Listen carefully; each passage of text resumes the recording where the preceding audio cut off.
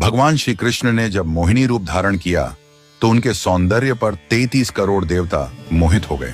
सभी देवताओं ने मन में यही कामना हुई कि ऐसी सुंदरी उनकी पत्नी बन जाए, परंतु केवल एक देवता ऐसे थे जिनके मन में मोहिनी के प्रति इस तरह का भाव नहीं आया। वे थे सूर्यदेव। सूर्यदेव ने मोहिनी रूप को देखकर मन ही मन कहा, यदि ये मेरी पुत्री बन जाए तो मेरा जीवन धन्य हो जाए।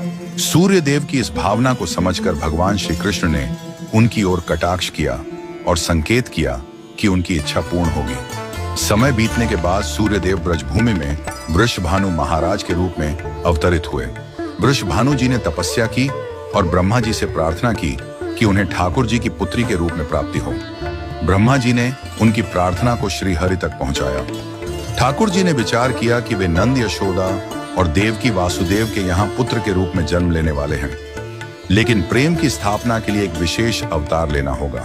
ठाकुर जी ने अपने रूप को दर्पण में देखा और उस दर्पण में उन्हें ऐसा रूप दिखाई दिया जो स्वयं ठाकुर जी को भी मोहित कर गया। यह रूप ठाकुर जी का ही स्त्री रूप था। उन्होंने इस रूप को स्थिर किया और लक्ष्मी जी के वस्त्रों, आभूषणों और श्रृंगार सामग्री का उपयोग करके इस दिव्य स्वरूप को सजाया। जब यह स्वरूप पूर्ण हुआ तो ऐसा प्रतीत हुआ मानो सूर्य और चंद्र का एक साथ मेल हो गया हो। यह दिव्य तेज इतना अद्भुत था कि स्वयं ठाकुर जी भी नेत्र मूंदने को विवश हो गए। जब उन्होंने नेत्र खोले तो उनके सामने श्री राधा रानी का दिव्य स्वरूप प्रकट हुआ।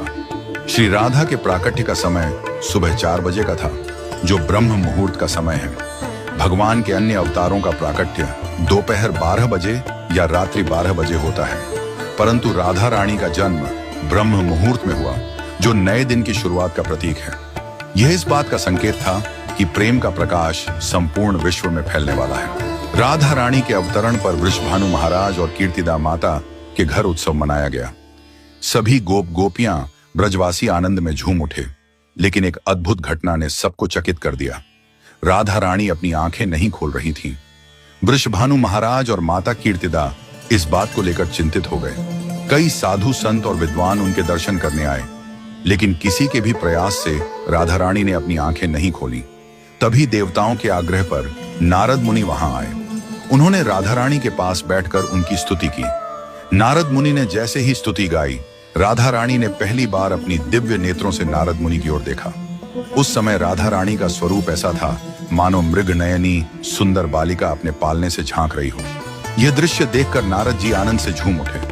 उन्होंने अपनी वीणा और करताल बजाकर कीर्तन प्रारंभ कर दिया और गाने लगे, जय राधे जय वृंदावन वासिनी। वृषभानु महाराज यह